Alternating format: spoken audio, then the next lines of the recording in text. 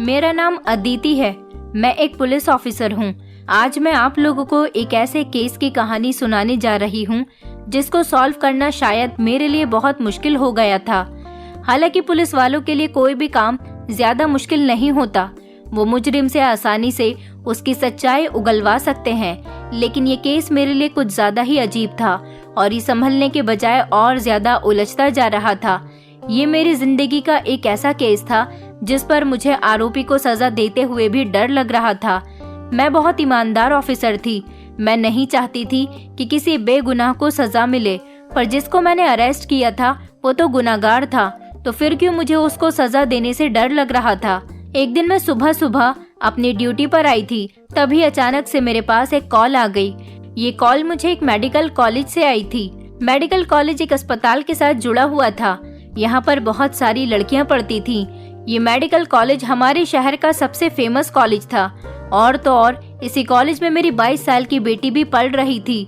मेरी बेटी को डॉक्टर बनने का बहुत शौक था, इसलिए उसने फैसला किया था कि वो हमारे शहर की सबसे फेमस मेडिकल कॉलेज में एडमिशन लेगी। अभी मेरी बेटी का पहला साल ही चल रहा था। जब मेरे पास इस मेडिकल कॉलेज की रिपोर्ट आई तो मैंने इस केस पर बहुत ज्यादा ध्यान दिया था और मैं इस कॉल को सुनते ही चौंक गई थी। पुलिस में आने के बाद एक औरत का दिल सख्त होने के बजाय औरतों के लिए नरम पड़ जाता है। हर औरत एक जैसी नहीं होती। बहुत सी औरतें ऐसी होती हैं जो दूसरी औरत और लड़कियों की तकलीफ को अच्छी तरह से समझती हैं। मैं भी उनमें से ही एक थी। मैंने भी जब मेडिकल कॉलेज की कॉल सुनी तो मेरा दिल कांप सा गया था। सबसे पहले मेरा ध्यान अपनी बेटी की तरफ चला गया। मुझे अपनी बेटी की फिक्र होने लगी थी, क्योंकि कॉल करने वाली औरत ने जो बात मुझे बताई थी वो बहुत ही ज्यादा अजीब थी और उसे सुनकर मेरे होश उड़ गए थे। ये बात बहुत ज्यादा परेशान करने वाली थी। मैं देर किए बिना ही पुलिस स्टेशन से निकलने के लिए तैयारी करने लगी थी, क्योंकि मामला बहुत ज्यादा सीरियस था। मैंने अपने साथ अपनी 2-3 लेडी हवलदार को लिया। वो भी इस केस के बारे में सुनकर परेशान हो गई थी, क्योंकि आज से पहले हमने अपनी जिंदगी में ऐसा केस ना ही अपनी आंखों से देखा था और ना ही कभी इसके बारे में अपने कानों से सुना था। ये केस सच में चौंका देने वाला था। एक ही मेडिकल कॉलेज की 70 लड़कियों के साथ एक बहुत बड़ा हादसा हो गया था और हादसे की डिटेल ऐसी थी कि मैं अभी आपको बता नहीं सकती। आगे चलकर डिटेल में सारी बात बताऊंगी। फिलहाल इस वक्त में बहुत जल्दी पुलिस स्टेशन से निकली। मेरे साथ मेरी 3 लेडी हवलदार भी मौजूद थीं। वो मुझसे कहने लगी, मैडम, आज तक हमने ऐसा केस ना तो देखा है और ना ही सुना है। कहीं ये मेडिकल कॉलेज वाले झूठ तो नहीं बोल रहे। आजकल ऐसी वारदातें भी आई हुई हैं जिसमें लोग एक दूसरे पर इल्जाम लगाते हैं। मैंने अपनी लेडी कांस्टेबल पारुल से कहा, मगर पारुल, वो लोग इल्जाम किस पर लगाएंगे? उन्होंने तो बात ही अजीबोगरीब बताई है और उनके मुताबिक इस सारे हादसे का जिम्मेदार कोई मर्द या औरत नहीं है, बल्कि मेडिकल कॉलेज में होने वाला एक एक्सपेरिमेंट इसका जिम्मेदार है। तो फिर तुम लोग कैसे इल्जाम की बात कर सकती हो? ये सुनकर वो लोग खामोश हो गई थी, क्योंकि उनको भी समझ नहीं आ रहा था कि असल में क्या हुआ है। माँ होने की हैसियत से मेरे दिल में बार बार बस अपनी बेटी का ही ख्याल आ रहा था। न जाने क्यों मेरे दिमाग में एक ही बात अटक रही थी कि कहीं मेरी बेटी उन लड़कियों में शामिल न हो जिनके साथ ये हादसा हुआ है। इसीलिए मैंने दिल में सोच लिया था कि मेडिकल कॉलेज में जाते ही सबसे पहले मैं उन 70 लड़कियों की ही जान पहचान करूंगी जिनके साथ ये हादसा हुआ है। मैं अपने डरे हुए दिल को तसल्ली देना चाहती थी। तभी मेरी एक कांस्टेबल मुझसे कहने लगी कि उन लड़कियों के बारे में हमें कैसे पता चलेगा कि उनके साथ इस तरह का कोई हादसा भी हुआ है या नहीं, क्योंकि हम में से कोई डॉक्टर भी तो नहीं था। बात तो उसकी 100% सही थी, लेकिन मैंने इस केस में मदद लेने के लिए डॉक्टर आरुषि को भी कॉल कर दी थी, जो कि एक बहुत अच्छी गायनोकोलॉजिस्ट थी। सोचा अगर जरूरत पड़ी तो मैं उन्हें मेडिकल कॉलेज में बुला लूंगी। मगर जैसे ही हम कॉलेज में पहुंचे तो हमें एक अजीबोगरीब नजारा देखने को मिला था। कॉलेज के बाहर ही काफी सारी लड़कियों के पेरेंट्स बैठे हुए थे। सभी के चेहरों पर हवाइयां उड़ रही थी और उनके चेहरों से साफ डर नजर आ रहा था। ऐसा लगता था जैसे उनकी उम्र भर की जमा पूंजी लुट गई हो। मुझे उनके उदास चेहरों को देखकर आइडिया हो रहा था कि ये मामला कितना ज्यादा संगीन है। इसलिए मैंने कॉलेज की प्रिंसिपल से कहा कि मुझे फौरन ही उन लड़कियों से मिलवाया जाए जिनके साथ ये हादसा हुआ है। कॉलेज के प्रिंसिपल ने मुझे एक बड़े से हॉल में ले जाकर उन लड़कियों से मिलवाया था जिनके साथ ये हादसा हुआ था। वो सभी कम उम्र की लड़कियां थीं और सारी ही लड़कियों की उम्र 25 से 30 के बीच थी। मेरे दिमाग में तो यही था कि सारी ही लड़कियां इस हादसे के बाद परेशान होंगी, मगर उनके चेहरों को देखकर तो मुझे ऐसा लग रहा था कि जैसे इस जुर्म में ये लोग भी मिली हुई हैं और इन्हें जैसे कोई अफसोस ही न हो, जबकि लड़कियों के माता पिता के चेहरे कुछ और ही बता रहे थे। जाहिर सी बात है, कोई भी माता पिता अपनी औलाद का दुख नहीं देख सकते। मैंने लड़कियों से बातचीत करना शुरू कर दी थी, उनके नाम पते लिए थे और उनकी हर एक बात के बारे में उनसे पूछने की कोशिश की थी। फिर मैंने उन सबसे पूछा ये सब कुछ कैसे हुआ। तभी उनमें से एक लड़की आगे आई और उसमें बड़ा ही जबरदस्त जवाब दिया था। उस लड़की के बातचीत के अंदाज में कॉन्फिडेंस कूट कूट कर भरा हुआ था। वो कहने लगी, मैडम, आपको यहाँ पर कोई भी ये नहीं बताएगा कि इस हादसे का जिम्मेदार कौन है और हम 70 लड़कियों की जिंदगी किसने बर्बाद की है, लेकिन कोई तो हम सबका जिम्मेदार है। कॉलेज की प्रिंसिपल आपसे पूरी बात छुपा रही है। आप अपने हिसाब से ही इन लोगों से पूछताछ करें। मैं इस कॉलेज की एक स्टूडेंट होने के नाते ज्यादा बातें आपको नहीं बता सकती, पर ये सब कुछ बेवजह तो नहीं हुआ। इसके पीछे कोई तो है। आप खुद समझदार हो और आप भी तो शादीशुदा होंगी। आप खुद बताओ कि क्या ऐसा मुमकिन है कि लैब के एक एक्सपेरिमेंट से इतनी सारी लड़कियां मां बनने वाली हैं। आपको इस बारे में पता करना चाहिए और ड्यूटी के तहत अपने काम को अच्छी तरह से करना चाहिए और अपनी जिम्मेदारियों को अच्छी तरह से निभाना चाहिए। वो लड़की और उसकी बातें मुझे बड़ी ही अजीब लग रही थी। बाकी की सारी लड़कियां तो खामोश खड़ी हुई थी, लेकिन इतनी बात मुझे सिर्फ उस अकेली ही लड़की ने बताई थी। मुझे इस लड़की की सारी बातें अपने दिल पर लग गई थी। मैं समझ गई थी कि कॉलेज वाले ये सब नाटक कर रहे हैं। आखिर मैं पुलिस ऑफिसर थी। पुलिस वालों को लोग बेवकूफ समझते हैं और अपनी बातों में लेने की कोशिश करते हैं। मुझे पता था कि इसके पीछे कोई न कोई वजह तो जरूर होगी और कोई न कोई मुजरिम भी जरूर होगा। मैंने सोचा कि मैं इस केस को अपने तरीके से हैंडल करने की कोशिश करूंगी कि आखिर इन लड़कियों का असल मुजरिम कौन है, क्योंकि कॉलेज वाले खुद तो कुछ नहीं बता सकते थे। ये कॉलेज बहुत बड़ा था और यहाँ पर लाखों के हिसाब से लड़कियाँ पढ़ रही थी और यहाँ का स्टाफ भी बहुत बड़ा था। आखिर हम किस किस से पूछताछ कर सकते थे? मेरा तो दिमाग ही घूम रहा था। स्टाफ वाले तो कभी भी अपने कॉलेज की बदनामी नहीं चाहेंगे और ना ही वो इस बात को अपने मुंह से कबूल कर सकेंगे कि असल मुजरिम कौन है। तभी किसी ने मुझसे कहा कि मुझे सबसे पहले इस मामले में इस कॉलेज की प्रिंसिपल डॉक्टर भारती से बात करनी चाहिए। मैं उनके ऑफिस में गई और मैंने उनसे कहा कि ये सब क्या मामला है, मगर वो तो इतनी नकचड़ी औरत थी कि मेरे सवालों का ठीक से जवाब ही नहीं दे रही थी। वो मुझे बहुत हल्के में ले रही थी। लेकिन जब मैंने उन्हें बताया कि ये केस बहुत ज्यादा सीरियस है, आप नहीं जानती कि मैं भी एक पुलिस ऑफिसर हूँ और अपना काम मैं अच्छे तरीके से करना जानती हूँ। कोई अगर प्यार से मुझे मेरी इन्फॉर्मेशन दे देता है तो ठीक है, वरना मैं गुस्से से भी उससे अपना काम निकलवाना जानती हूँ। मेरी बात सुनकर वो थोड़ा नरम पड़ी थी। तब जाकर उसने मुझे थोड़ी बहुत बातें बताने की कोशिश की थी। उसने यही बताया कि मैं इस मामले में ज्यादा नहीं पढ़ती। मैं काफी दिनों से आउट ऑफ कंट्री गई हुई थी और वैसे भी आजकल की लड़कियां खुद भी कुछ कम नहीं है। मैडम, आप खुद दिमाग लगाकर सोचो कि एक आदमी भला 70 लड़कियों के साथ ऐसा कैसे कर सकता है? वो सब की सब अंधी थी क्या? आप खुद भी तो अपना दिमाग लगा सकती हो। इसकी बारीकी को समझो। भला एक इंसान कैसे 70 लड़कियों के साथ इतनी जबरदस्ती कर सकता है? ये सारी की सारी लड़कियां झूठ बोल रही हैं और इन्होंने खुद ही कुछ किया होगा। इनको शर्म नहीं आती इस कॉलेज की बदनामी करते हुए। इन लड़कियों की वजह से मेरे कॉलेज की बहुत बदनामी हो रही है। पता नहीं आजकल की जवान जनरेशन को क्या हो गया है। ये बूढ़ी औरत तो बहुत ज्यादा बातें कर रही थी, जबकि ये सारी लड़कियां कुछ और कह रही थी। मेरा दिमाग तो काफी उलझता चला जा रहा था। समझ नहीं आ रहा था कि इनमें से असल मुजरिम कौन है।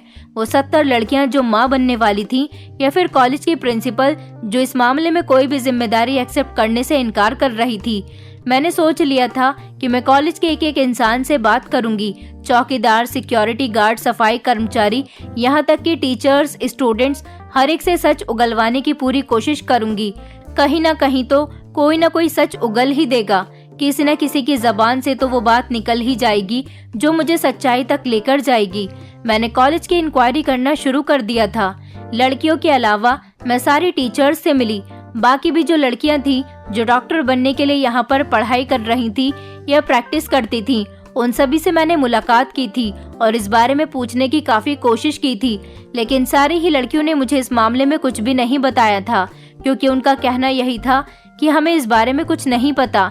लेकिन बाहर बैठी इन 70 लड़कियों के माता पिता इस बात की गवाही दे रहे थे कि ये बात इतनी भी हल्की नहीं है जितने कॉलेज के बाकी के लोग इसको हल्के में ले रहे थे। आखिर इस हादसे के पीछे कोई वजह तो जरूर थी। इस सारे मामले में मुझे लगा कि जैसे सफाई करने वाली एक औरत जिसका नाम शांति था, वो मुझसे कोई बात करना चाह रही थी।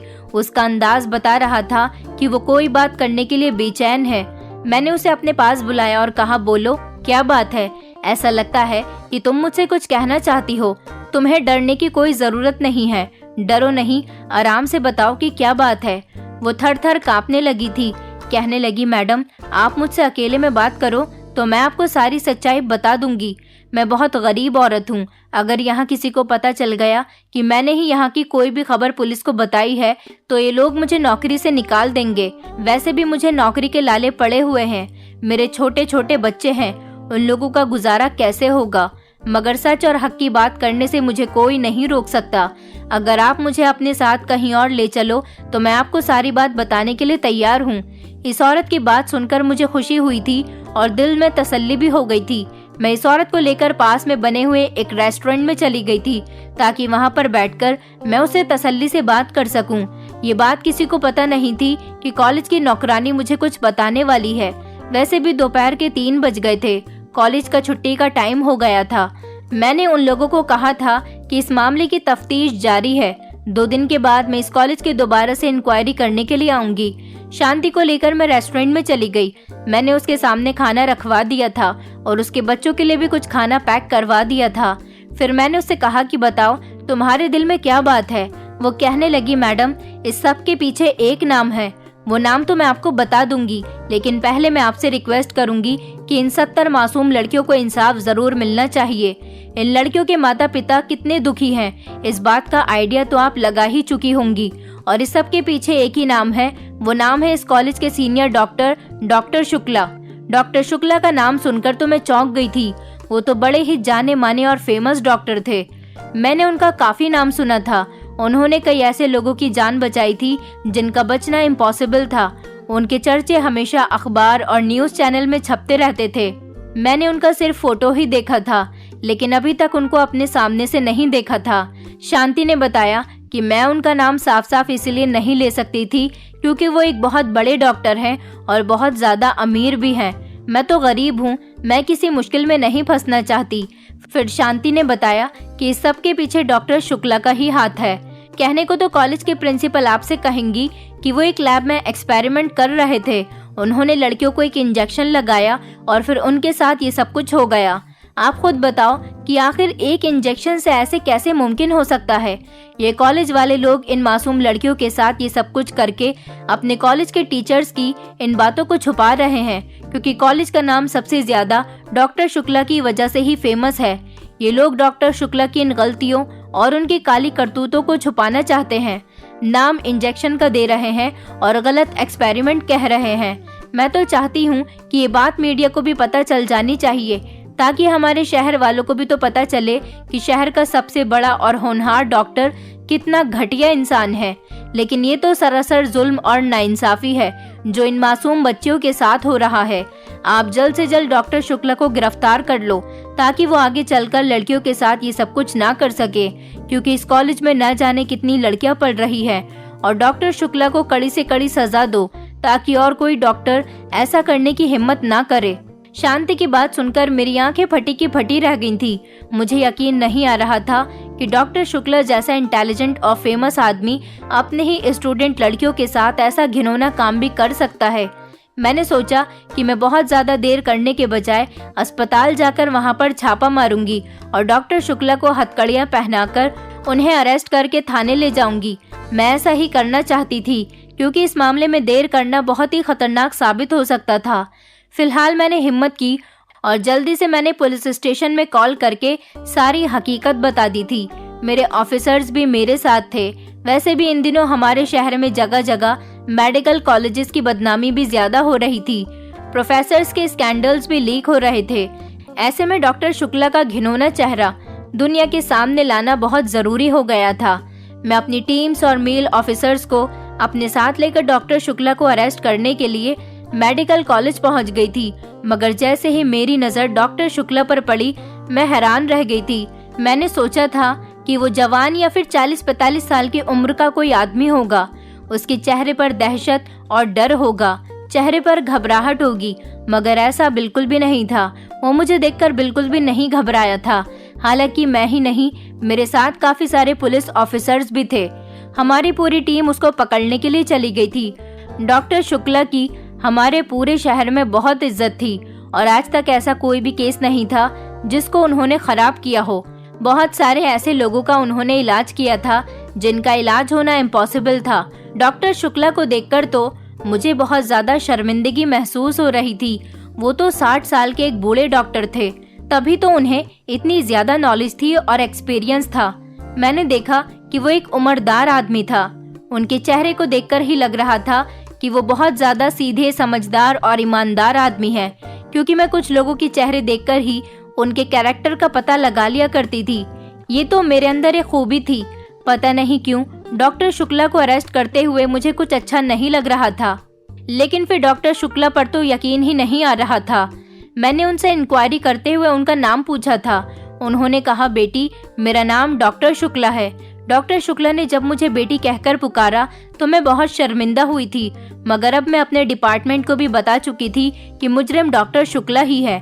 अब मैं अगर उन्हें अरेस्ट नहीं करती तो मेरे लिए बहुत ही शर्मिंदगी की बात थी। मैंने अपने एक हवलदार को डॉक्टर शुक्ला को हथकड़ियां पहनाने का इशारा किया तो वह हैरत से फटी फटी आंखों के साथ मुझे देखने लगे। वो भी उतने ही हैरान थे जितनी कि मैं हो रही थी। वो कहने लगे, बेटी, एक बार मुझे मेरा कसूर तो बता दो। मेरे साथ जो मेरा जूनियर ऑफिसर मौजूद था वो काफी बदतमीज था। उसने डॉक्टर शुक्ला को काफी सारी बुरी भली बातें कही थी, जबकि मैं हैरान और परेशान होती हुई सब कुछ खामोशी से खड़ी हुई देख रही थी। डॉक्टर शुक्ला के चेहरे से ऐसा लग रहा था जैसे वो कुछ जानते ही नहीं हैं।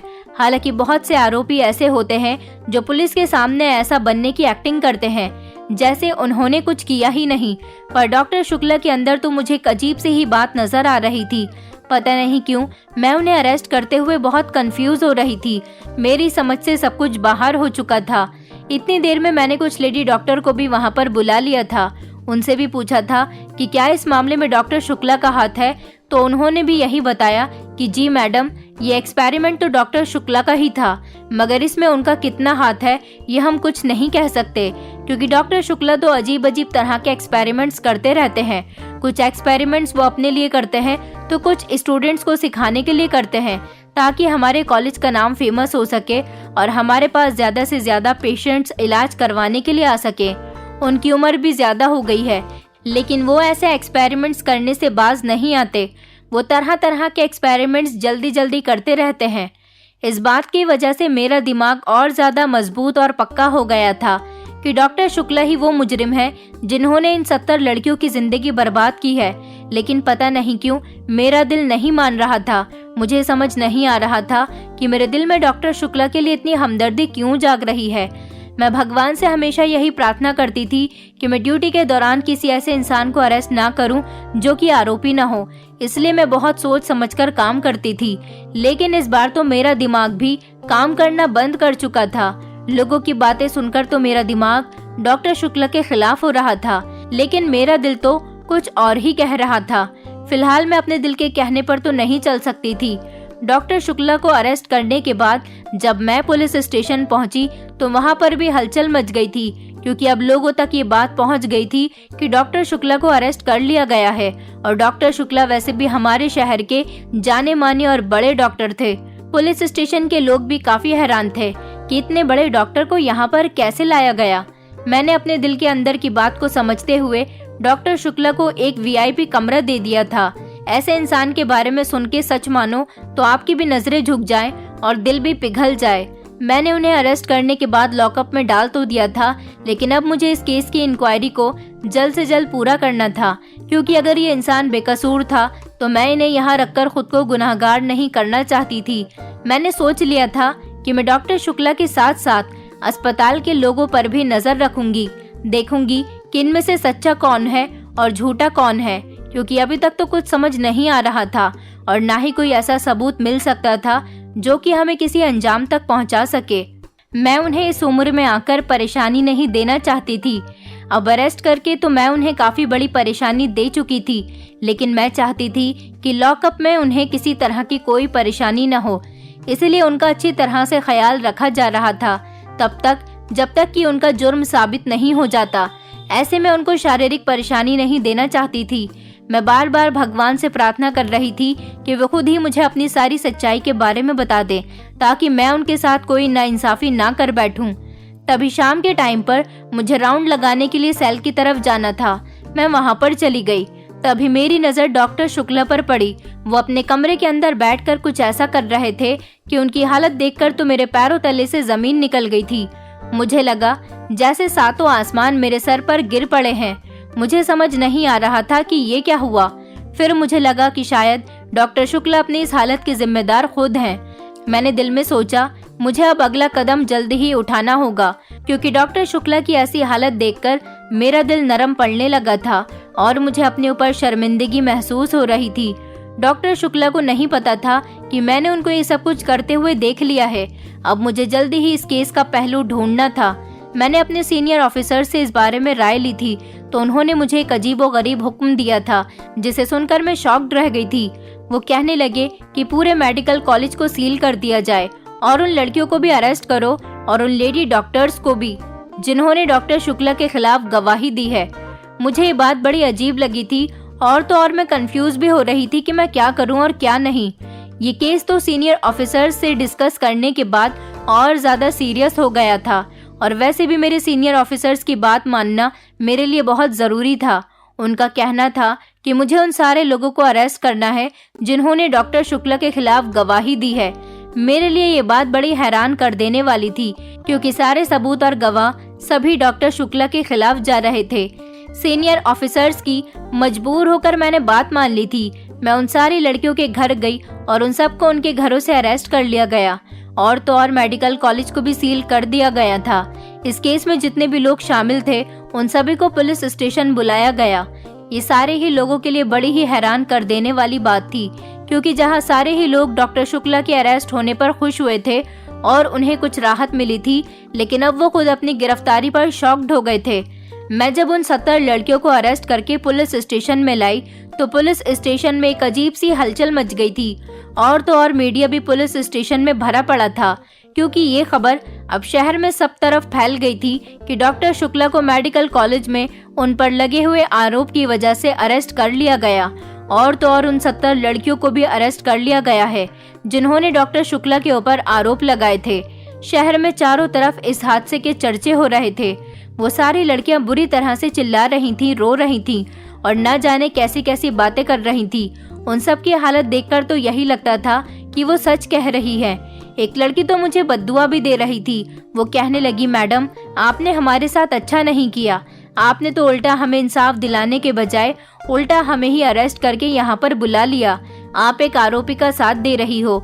उन्होंने कहा, हमें पता है कि डॉक्टर शुक्ला बड़े और अमीर आदमी हैं। वो तो किसी भी तरह से पुलिस क्या बड़े बड़े नेता को भी अपनी तरफ कर सकते हैं। यही वजह है कि असल आरोपी कभी जेल के पीछे नहीं होता।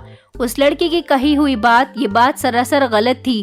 कहने को तो डॉक्टर शुक्ला बहुत बड़े आदमी थे और उनकी बड़े बड़े लोगों से जान पहचान थी। वो चाहते तो अपने लिए सोर्स लगवा सकते थे, लेकिन उनकी साइड से बोलने के लिए कोई भी नहीं आया था।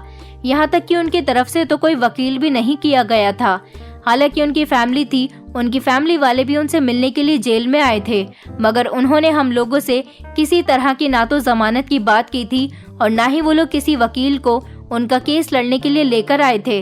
मैं अभी ये सारी बातें सोच ही रही थी कि उन लड़कियों में से एक लड़की कहने लगी, ये देखो मैडम, मेरे पास डॉक्टर शुक्ला के खिलाफ एक सबूत है। मैं इस सबूत को दिखाकर ये साबित करना चाहती हूँ कि हम सब लड़कियों का आरोपी डॉक्टर शुक्ला ही है, मगर आप इंसाफ करने से डरती हो और सच्चे लोगों को इंसाफ दिलाने से डर रही हो।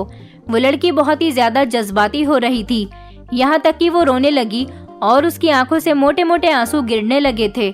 मुझे उसके रोने की वजह से उसकी सच्चाई पर यकीन आ रहा था, मगर जो कुछ मैं डॉक्टर शुक्ला के सेल में देखकर आई थी वो भी तो दिल दहला देने वाला नजारा था।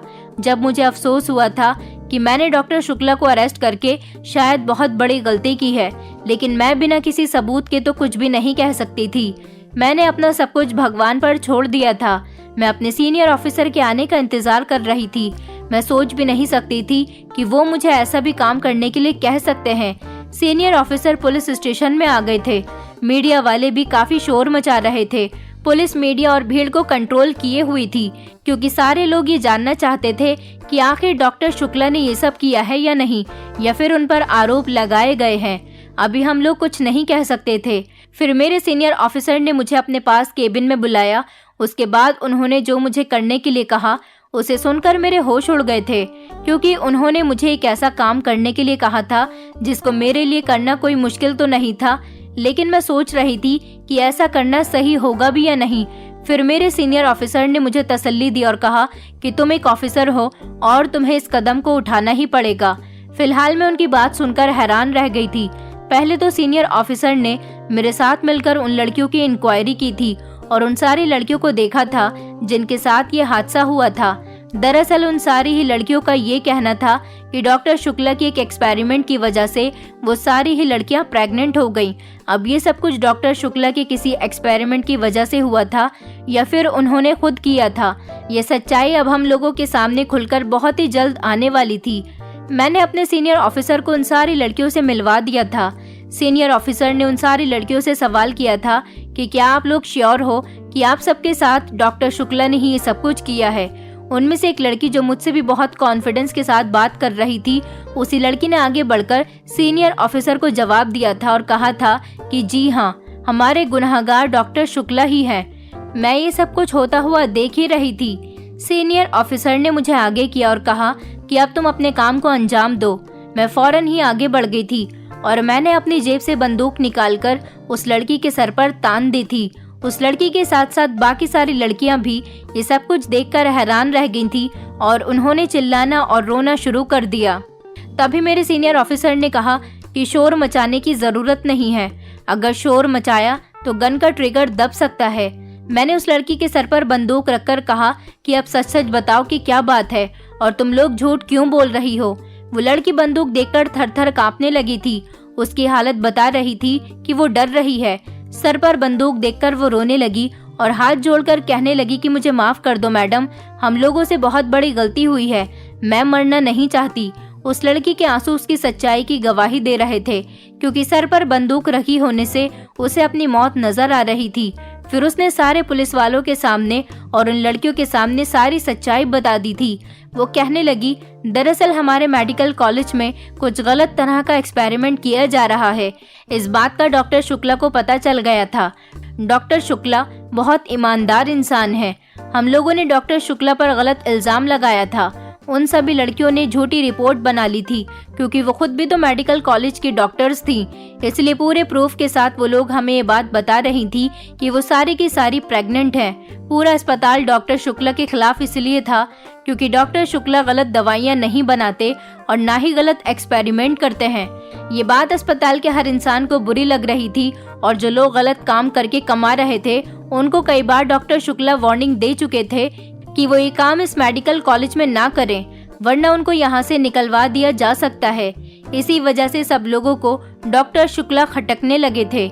सारे ही लोगों ने प्लान बनाया कि डॉक्टर शुक्ला को इस अस्पताल से उन पर कोई इल्जाम लगाकर निकलवा दिया जाए, ताकि आगे चलकर वो उन लोगों की रुकावट ना बन सके।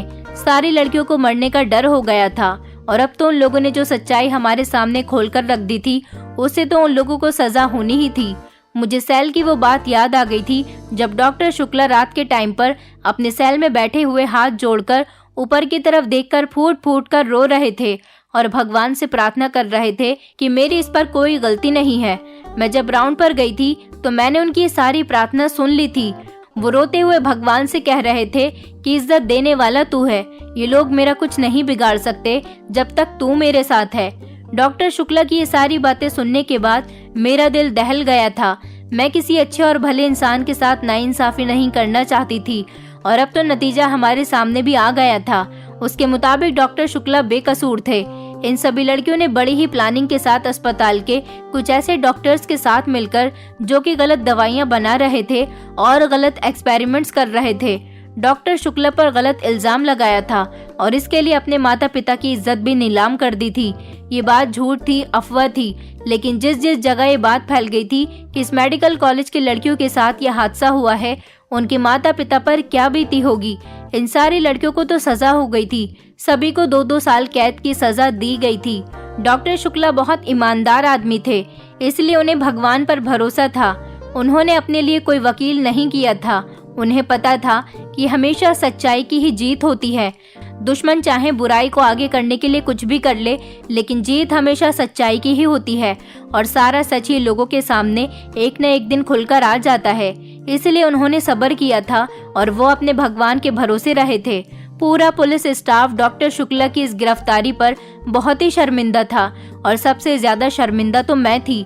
लेकिन डॉक्टर शुक्ला ने मुझे तसल्ली दी और कहा कि तुम अपना काम कर रही थी, तुम्हें हमेशा अपना काम ईमानदारी से करना होगा। हम सब लोगों ने डॉक्टर शुक्ला को बहुत ही इज्जत के साथ जेल से रिहा किया था और पूरे अस्पताल को सील कर दिया गया था। उन लड़कियों के माता पिता को अपनी बेटियों पर बहुत अफसोस हो रहा था, क्योंकि जो लड़कियां अपने माता पिता के सपनों को पूरा करने के लिए मेडिकल कॉलेज में पढ़ाई कर रही थी, उन लोगों ने उनके सपने को पूरा नहीं किया था, बल्कि उनकी इज्जत को नीलाम करके रख दिया था। पता नहीं लोग झूठ बोलने के लिए क्या कुछ नहीं कर गुजरते। वो खुद गलत होते हैं तो सामने वाले को भी गलत ही साबित करना चाहते हैं। मुझे मेरे सीनियर ऑफिसर ने केबिन में बुलाकर समझाया था कि अगर तुम्हें इस केस को सुलझाना है तो फिर तुम्हें एक कदम उठाना पड़ेगा।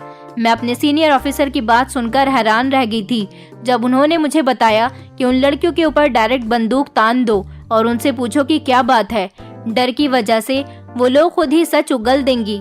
अगर ये बात सच होगी तो बता देंगी और अगर झूठ होगी तो झूठ भी बता देंगी, क्योंकि कोई भी इंसान जिसके सामने मौत खड़ी होती है, अगर वो सच्चा होता है तो सच्चाई बता ही देता है और अगर झूठा होता है तो झूठ भी उगल देता है।